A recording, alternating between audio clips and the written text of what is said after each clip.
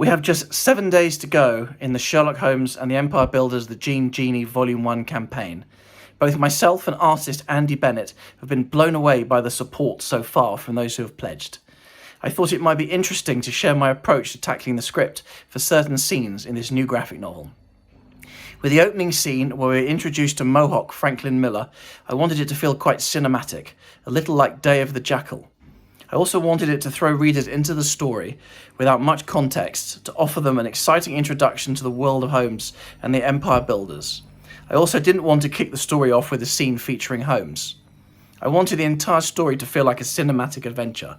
The Empire Builders owes a great deal to the work of fantasy master Michael Moorcock and veteran British comics legend Brian Talbot, in that it looks at what would happen if history took a different turn. I also thought that bringing fictional characters like Holmes and Watson together with the real historical figures like British Nazi Oswald Mosley would create an interesting juxtaposition creatively. Also, thanks to the valuable input of our editor Jeff Marriott, I realised that certain actions don't work in a single panel, so I had to rethink my approach to certain panels in the story. It has been a serious learning curve writing something as lengthy as this, but it has been a very worthwhile experience. Here's some of the first 5 pages of script for the graphic novel.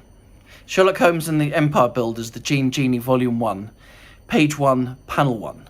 We open with a medium shot of a man riding on a motorbike, like an adapted version of a British Royal Enfield motorbike, who has a long bag in his sidecar. He rides nonchalantly, as if he doesn't have a care in the world. This is Franklin Miller, who we met very briefly in the secret files of Oswald Mosley.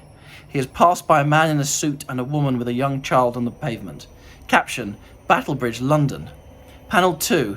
Miller comes off the road he was riding along to duck down a back alley.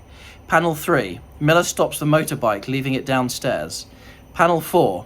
Miller walks up some stairs in a rather ramshackle building which is in the process of being knocked down and rebuilt.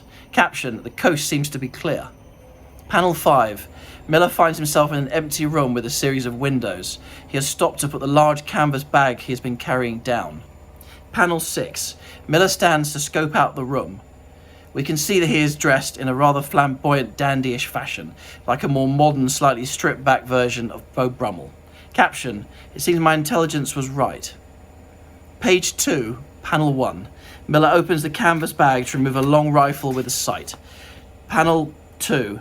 He takes the rifle over to one of the windows to get his bearings. Panel 3. Miller props the gun on the windowsill, getting it sighted so he can get it ready to shoot it. Caption: The parade kicks off at 2:30. They won't know what's hit them. Panel 4.